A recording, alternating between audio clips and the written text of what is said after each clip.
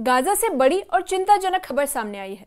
Israel के रक्षा मंत्री ने चेतावनी दी है कि अगर हमास इजराइल की शर्तें नहीं माने तो गाजा सिटी बर्बाद हो सकती है। इसका मतलब है कि इजराइल वहां बड़ा हमला करने की तैयारी में है। इजराइल चाहता है कि सभी बंदियों को रिहा किया जाए और हमास पूरी तरह से हथियार छोड़ दे। वहीं हमास ने कह दिया है कि वो सिर्फ तब बंदियों को रिहा करेगा जब उन्हें एक स्वतंत्र फिलिस्तीनी राज्य मिलेगा और हथियार छोड़ना उसके लिए मुमकिन नहीं है। इसी बीच गाजा में भूखमरी और हिंसा की स्थिति गंभीर होती जा रही है। लाखों लोग मदद के बिना जूझ रहे हैं। संयुक्त राष्ट्र ने भी चेतावनी दे दी है कि अगर संघर्ष और जारी रहा तो स्थिति और खराब हो सकती है। आइए इस पूरे मामले को आसान भाषा में समझते हैं। न्यूज़ 18 के सोशल मीडिया प्लेटफॉर्म पर आपका स्वागत है। मैं आपके साथ साइमा परवीन। इजराइल के रक्षा मंत्री ने चेतावनी दे दी है कि गाजा सिटी तबाह हो सकती है अगर हमास उनकी शर्तें नहीं मानता है। उन्होंने कह दिया है कि बड़े हमले की तैयारी चल रही है और ये वही शहर है जहां लाखों लोग रहते हैं और कई अस्पताल, स्कूल और बुनियादी ढांचा बर्बाद हो चुका है। मंत्री ने सोशल मीडिया पर लिखा है कि नरक के दरवाजे जल्द खुलेंगे अगर हमास नहीं माना तो। इसका मतलब है कि इजराइल की ओर से बड़े पैमाने पर हमला हो सकता है। इससे शहर के नागरिक सुविधाएं और सुरक्षा सभी गंभीर खतरे में है। ये एक बहुत ही नाजुक स्थिति है और अगर हमास इजराइल की शर्तों पर नहीं चला तो गाजा सिटी को भारी नुकसान हो सकता है। इजराइल की शर्तें बहुत साफ है। वो चाहता है कि हमास सभी बंदियों को तुरंत रिहा करे और पूरी तरह से हथियार छोड़ दे। इजराइल के मुताबिक यही शांति का सबसे सुरक्षित रास्ता है। वहीं दूसरी ओर हमास ने यह भी कहा है कि वे केवल तभी बंदियों को रिहा करेगा जब उसे स्वतंत्र फिलिस्तीनी राज्य मिलेगा। हथियार छोड़ने पर वो तैयार नहीं है। इसी वजह से शांति वार्ता फिलहाल अटक गई है। इजराइल का कहना है कि बिना हमास की पूरी भागीदारी से कोई स्थायी समाधान नहीं निकलेगा। वहीं हमास का ये रुख दर्शाता है कि वो अपनी रणनीति बनाए रखना चाहता है और दबाव में आकर हथियार नहीं छोड़ना चाहता। फिलहाल ये बहुत ही नाजुक राजनीतिक और सैन्य संतुलन बन गया है। वहीं प्रधानमंत्री बेंजामिन नेतन्याहू ने अधिकारियों को तुरंत बातचीत शुरू करने का आदेश दे दिया है। इसका मतलब ये हो सकता है कि इजराइल मिस्र और कतर के मध्यस्थता में लंबी बातचीत फिर से शुरू करेगा। आपको बता दें कि अभी तक ये साफ नहीं है कि हमास कितना सहयोग करेगा। बेंजामिन नेतन्याहू का कहना है कि बंदियों की रिहाई और हमास को कमजोर करना उनकी प्राथमिकता है। इजराइल की सरकार इस पर जोर दे रही है कि बिना हमास की भागीदारी के कोई स्थायी समाधान नहीं निकले। अधिकारियों का कहना है कि ये बातचीत बेहद संवेदनशील है क्योंकि गाजा में लाखों लोग रहते हैं और किसी भी गलत कदम से स्थिति और ज्यादा बिगड़ सकती है। इसलिए नेतन्याहू ने तुरंत कार्रवाई का आदेश दे दिया है। इजराइल की सेनाएं गाजा के महत्वपूर्ण इलाकों में पहले से ही तैनात है। इसका मतलब यह है कि बड़े पैमाने पर हमला किसी भी दिन शुरू हो सकता है। गाजा सिटी अभी भी हमास का मुख्य ठिकाना है। यहाँ भूमिगत सुरंगों का जाल बिछा हुआ है। इस हमले में शहर के नागरिक, अस्पताल और स्कूल भी खतरे में होंगे। आपको बता दें कि कई लोग पहले ही विस्थापित हो चुके हैं और बड़ी संख्या में लोग सुरक्षित स्थानों की तलाश में हैं। इजराइल का कहना है कि यह हमला बंदियों को रिहा करने और हमास को कमजोर करने के लिए बहुत जरूरी है, लेकिन इससे नागरिकों और बुनियादी ढांचों पर गंभीर प्रभाव पड़ सकता है।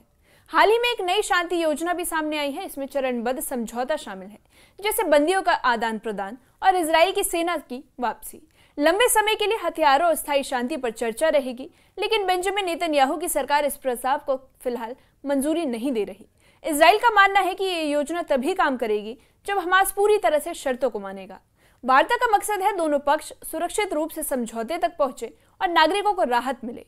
फिलहाल ये प्रस्ताव महज विचाराधीन है और इसके कार्यान्वयन की तारीख अभी तय नहीं हुई है।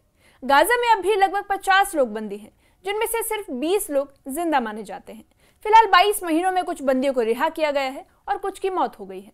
नेतन्याहू का कहना है कि गाजा पर हमला करना सबसे तेज तरीका है बंदियों को सुरक्षित निकालने का। इजराइल का दावा है कि अगर हमास हथियार छोड़ देता है और सभी शर्तें मान लेता है तो स्थिति ज्यादा नियंत्रण हो सकती है, लेकिन हमास की जिद और राजनीतिक स्थिति ने इसे और जटिल बना दिया है। बंदियों की सुरक्षा और उनकी संख्या इस संघर्ष की दिशा तय करने में सबसे अहम भूमिका मानी जा रही है। संयुक्त राष्ट्र की रिपोर्ट के अनुसार गाजा सिटी में लगभग 5 लाख लोग गंभीर भूखमरी का सामना कर रहे हैं। अगर संघर्ष और जारी रहा तो स्थिति और खराब हो सकती है। बच्चों और कमजोर लोगों की स्थिति सबसे ज्यादा खतरनाक है। आपको बता दें कि बहुत से लोग खाने, पानी और दवाइयों के बिना जी रहे हैं। मानवीय संकट बढ़ रहा है और राहत एजेंसियां चेतावनी दे रही है कि जल्द कार्रवाई अगर नहीं हुई तो लाखों लोग और ज्यादा प्रभावित होंगे। गाजा में हालात बेहद नाजुक बने हुए हैं और हर दिन स्थिति बिगड़ती जा रही है। इजराइल ने गाजा सिटी में कई एयर स्ट्राइक की है। शुक्रवार को भी शिफा हॉस्पिटल ने कहा कि कम से कम 17 लोग मारे गए हैं। कई स्कूल और शरण स्थल हमले से प्रभावित हुए हैं। स्थानीय लोग ज्यादा भयभीत हैं और कहीं जाने का विकल्प ही नहीं बचा। विस्थापित लोग बार बार सुरक्षित स्थान खोज रहे हैं, लेकिन हर जगह खतरा ही मंडरा रहा है।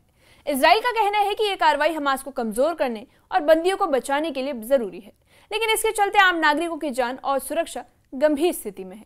आपको बता दें कि गाजा के लोग बार बार विस्थापित होने से थक चुके हैं। उनके पास पैसा, संसाधन और ऊर्जा नहीं है। कई लोग बस यही चाहते हैं कि जल्द मौत आए, क्योंकि सुरक्षित नहीं है। कई परिवार शरण स्थलों और स्कूलों में ठहरे हुए हैं, लेकिन लगातार हमले और ध्वनि उन्हें चैन से नहीं जीने दे रही। इसी बीच स्थानीय लोगों का कहना है कि हर बार भागना और लौटना बेकार है, क्योंकि कोई सुरक्षित जगह नहीं बची। ये संघर्ष आम नागरिकों के लिए बेहद दर्दनाक और मानसिक रूप से थकाने वाला है। वहीं यमन के हूती समूह ने इजराइल पर मिसाइल फायर की है। मिसाइल टूट गई और किसी के हताहत होने की खबर नहीं है। वहीं हूती समूह का यह भी कहना है कि कार्रवाई गाजा में जनसंहार और भुखमरी के खिलाफ है। इस हमले ने इजराइल में चिंता बढ़ा दी है। हालांकि कोई गंभीर नुकसान नहीं हुआ है। ये घटना दिखाती है कि गाजा संकट अब क्षेत्रीय स्तर पर भी तनाव बढ़ा रहा है और इसके असर सीमाओं से बाहर फैल सकते हैं। गाजा स्वास्थ्य मंत्रालय के अनुसार अब तक करीब 62,000 लोग मारे जा चुके हैं। इसमें महिलाएं और बच्चों की संख्या बहुत ज्यादा है। भूख और युद्ध से जुड़ी मौतें भी लगातार बढ़ती जा रही है। यह आंकड़ा बताता है कि गाजा में नागरिक जीवन कितनी गंभीर स्थिति में है। राहत एजेंसी और अंतर्राष्ट्रीय संगठन लगातार चेतावनी दे रहे हैं कि अगर संघर्ष जारी रहा तो और ज्यादा लोग प्रभावित हो सकेंगे। वहीं विशेषज्ञों का मानना है कि गाजा में मौतों का यह आंकड़ा सबसे विश्वसनीय है। इजराइल के अपने आंकड़े उपलब्ध नहीं हैं। ये दिखाता है कि युद्ध की भयावह स्थिति और मानवीय संकट गंभीर है। स्थानीय लोग और अंतर्राष्ट्रीय एजेंसियां लगातार स्थिति पर नजर बनाए हुए हैं। हर दिन की हिंसा और हमले स्थिति को और ज्यादा जटिल बना रहे हैं। युद्ध 7 अक्टूबर 2023 को शुरू हुआ था, जब हमास ने इजराइल पर हमला किया था और इस हमले में करीब 1200 लोग मारे गए। कई लोगों को बंदी बनाया गया। तब से अब तक शांति की कई कोशिशें की गई, लेकिन कोई स्थायी समाधान नहीं निकला है। दोनों पक्ष अपनी अपनी शर्तों पर अड़े हैं। ये इतिहास दिखाता है कि वर्तमान संकट किसी भी समय गंभीर युद्ध में बदल सकता है। अब स्थिति बहुत नाजुक है। गाजा में हमास, इजराइल और अंतर्राष्ट्रीय समुदाय की भूमिका तय करेंगी कि आने वाले समय में क्या होने वाला है। कोई भी बड़ा हमला या समझौता पूरे क्षेत्र की स्थिति बदल सकता है। आपको बता दें कि नागरिक, राहत एजेंसियां और राजनीतिक नेतृत्व इस संघर्ष की दिशा तय करेंगे। फिलहाल हर किसी की निगाहें गाजा पर टिकी हुई है और कोई भी हल न होने पर स्थिति और ज्यादा खराब हो सकती है। इस मामले पर आप क्या सोचते हैं? कमेंट सेक्शन में कमेंट करके बताइए।